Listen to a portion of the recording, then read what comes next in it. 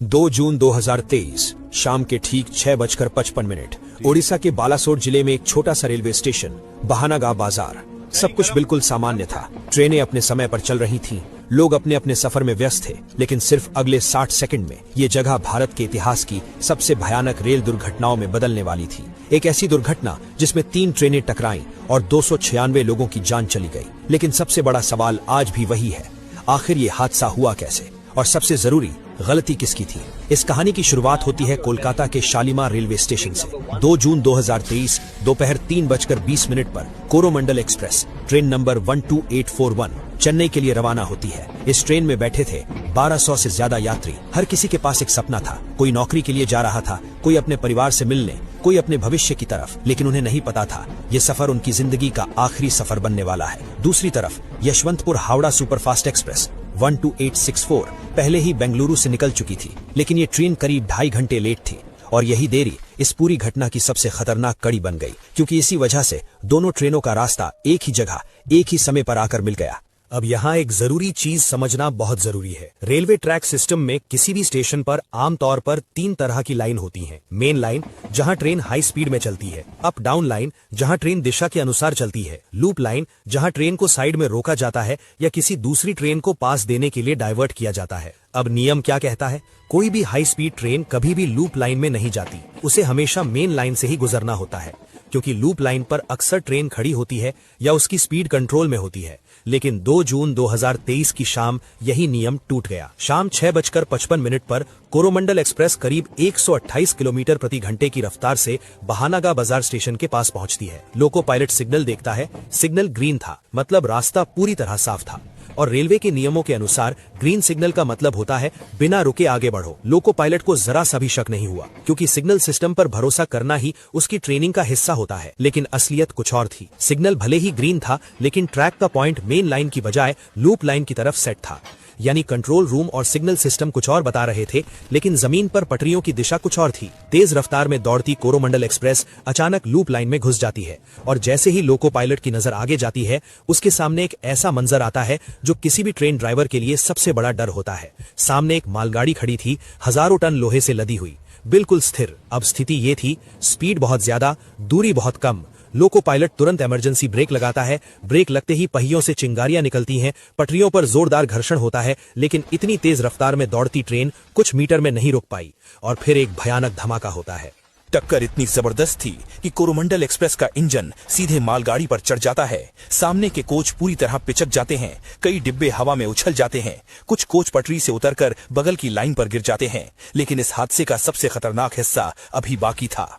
उसी वक्त दूसरी पटरी पर यशवंतपुर हावड़ा सुपरफास्ट एक्सप्रेस तेज रफ्तार से गुजर रही थी और कोरोमंडल एक्सप्रेस के जो डिब्बे उछलकर दूसरी पटरी पर गिरे, वो सीधे इस ट्रेन से टकरा गए। अब ये सिर्फ एक एक्सीडेंट नहीं था, ये एक ट्रिपल ट्रेन कोलिजन बन चुका था। कुछ ही सेकंड में 3 ट्रेनें, सैकड़ों डिब्बे और हजारों जिंदगियां पूरी तरह तबाह हो गईं। चारों तरफ चीखें, खून, टूटा हुआ लोहा, बिखरे हुए सामान, ऐसा मंजर जो किसी युद्ध क्षेत्र से कम नहीं था। लेकिन इस अंधेरे और तबाही के बीच इंसानियत की सबसे बड़ी रोशनी सामने आई। बहाना गांव के लोग जैसे ही उन्होंने धमाके की आवाज सुनी, बिना एक सेकंड गंवाए स्टेशन की तरफ दौड़ पड़े। उनके पास कोई मशीन नहीं थी, कोई ट्रेनिंग नहीं थी, बस था इंसानियत का जज्बा। वो लोग बस मोबाइल की टॉर्च के सहारे ही निकल पड़े थे। मलबे में फंसे लोगों को बाहर निकाला, घायलों को कंधों पर उठाकर अस्पताल पहुंचाया। कई लोग पूरी रात बिना रुके रेस्क्यू करते रहे। सरकारी आंकड़ों के अनुसार 296 लोगों की मौत हुई, 1200 से ज्यादा लोग घायल हुए। अब आता है सबसे बड़ा सवाल, ये हादसा हुआ क्यों और आखिर गलती किसकी थी? शुरुआत में कई तरह की बातें सामने आईं। क्या ये टेक्निकल फेलियर था? क्या सिग्नल सिस्टम खराब था या फिर कोई साजिश थी? लेकिन जैसे जैसे जांच आगे बढ़ी, सच धीरे धीरे सामने आने लगा।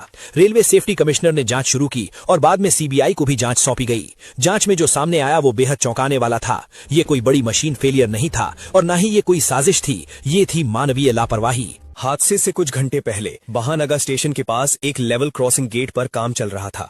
वहां सिग्नल और टेलीकॉम विभाग के कर्मचारी एक खराब सर्किट को ठीक कर रहे थे। इस काम के लिए उन्हें लोकेशन बॉक्स खोलना पड़ा। अब समझिए ये लोकेशन बॉक्स क्या होता है। ये रेलवे सिग्नल सिस्टम का नर्व सेंटर होता है। यहीं से तय होता है कौन सा सिग्नल ग्रीन होगा, कौन सा रेड और ट्रेन किस ट्रैक पर जाएगी। लेकिन मरम्मत के दौरान एक बहुत छोटी सी गलती हो गई।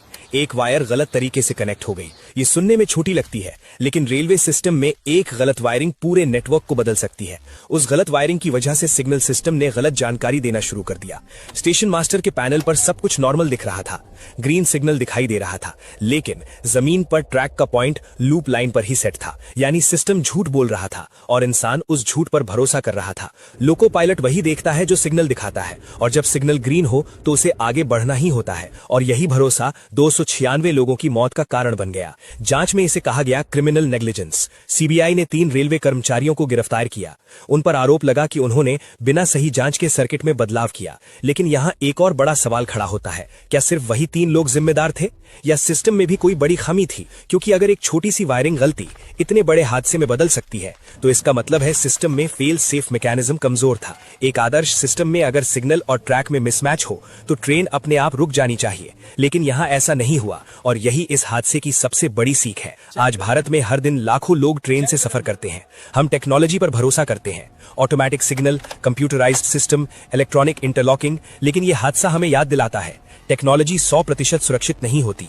जब तक उसमें इंसान शामिल है, गलती की संभावना हमेशा रहती है। बालासोर का यह हादसा सिर्फ एक दुर्घटना नहीं था, ये एक चेतावनी थी कि एक छोटी सी गलती पूरे सिस्टम को तबाह कर सकती है। उस रात बहानगा बाजार स्टेशन पर सिर्फ ट्रेनें नहीं टकराई थी, भरोसा भी टूटा था। अगर आपको ये वीडियो जानकारीपूर्ण लगा हो तो वीडियो को लाइक करें और ऐसे ही सच जानने के लिए चैनल को सब्सक्राइब करें।